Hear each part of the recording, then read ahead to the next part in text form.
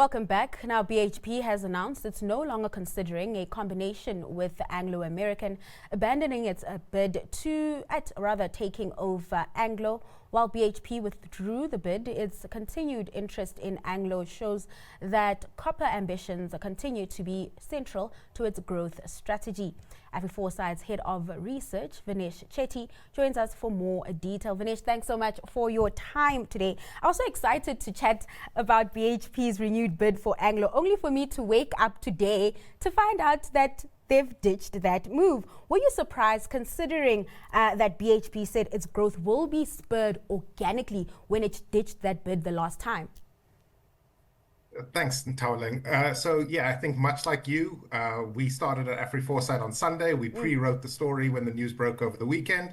Then we had to recheck this morning. So yes, certainly when last year BHP said they were walking away, we thought that was that. When Anglo agreed to tie up with Teck, we certainly thought, now it's over and done. Yeah. But I think the core is what you talked about. This is about copper. This is a race to get copper assets, to get more copper out the ground. And there are very few copper mines out there. So certainly that's what these mergers and acquisitions seem to be about. Do you think we'll see more M&A activity from these big players? We can even add in the likes of Rio Tinto and Glencore in the mix, especially as you talk about this growing appetite for copper assets. It does seem to be largely the way things are going. We've seen among our majors, there's some assets they're trying to get rid of. We've seen the sell-offs of coal, whereas we've seen Glencore previously tried to buy Teck. Yeah. We've seen lots of potential mergers and acquisitions. Yes, as you've said, Rio Tinto, Glencore, all of these big major miners certainly want more copper, and buying each other or joint ventures among them are probably one of the quicker ways to get those up and running. Because again, copper mines take a long time to build. Yeah, that hot red metal really in demand. Now let's move over to other news making headlines. Vinesh, you've been monitoring the Glencore Merafe developments, and I'd like to know if government is even close to finalizing a power package for the group there. Of course, this is essential to keep those smelters online. Well, we have seen there've been talks. There certainly are attempts, because quite clearly Glencore Merafe wants to run smelters and the government wants smelting to occur. It's a way to do value add instead of simply exporting chrome ore. It's a way to keep jobs in the country, keep ferrochrome production high, and we can export the higher value product. Are they close though? I would hope so, but this has been a long time coming. This is not a problem that started in 2025. Yeah. Unfortunately, those rising electricity prices have been coming for a long time. And I mean, a lot of miners and a lot of industrial players have been, sounding the alarm on high electricity prices.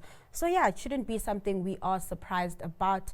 And I'm now thinking that I think Glencore and Merafe said they might start unwinding, or rather retrenching, from January, so surely something to be concerned about. Now, within that space, there's also factors at play weighing on the industry at large. Maybe walk us through the current slump in construction in China, Vinesh, and how that's impacting our local chrome players. Absolutely. So China has for years had a problem of unfinished housing projects. They build a lot of particularly flats, high-rise buildings. But many of the development companies have run into financial trouble. Many of the Chinese citizens who put their money into these projects have been demanding their money back. Yeah. And the Chinese government hasn't been propping these projects up as much as we previously would have expected. With that slowdown in housing building means there's a slowdown in demand for new washing machines, anything that needs stainless steel, generally weaker demand for that.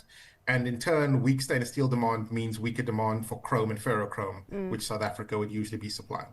So that industry really under pressure.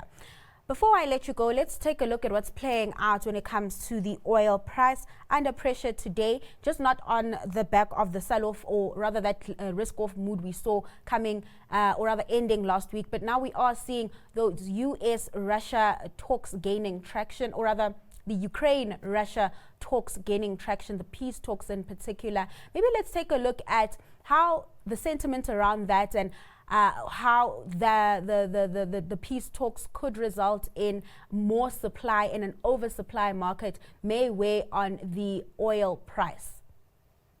Well, certainly, that is the core of it. At the moment, we already have probably an oversupply of oil. and some oil from Russia is being held back through sanctions. If a peace deal is reached, the expectation is that the US will ramp down or remove those sanctions on Russian oil exports. That would put more Russian oil on the market, probably pushing down on oil prices even further.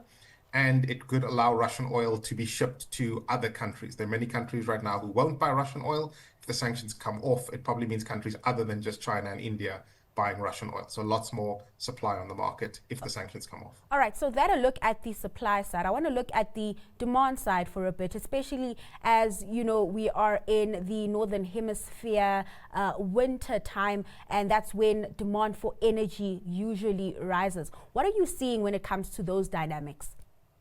So if you look at, I think, the diesel market, you'd see that quite strongly. In places like the United States, a lot of diesel used for heating. We've already seen a rise in prices. Natural gas prices in the USA in particular have started rising.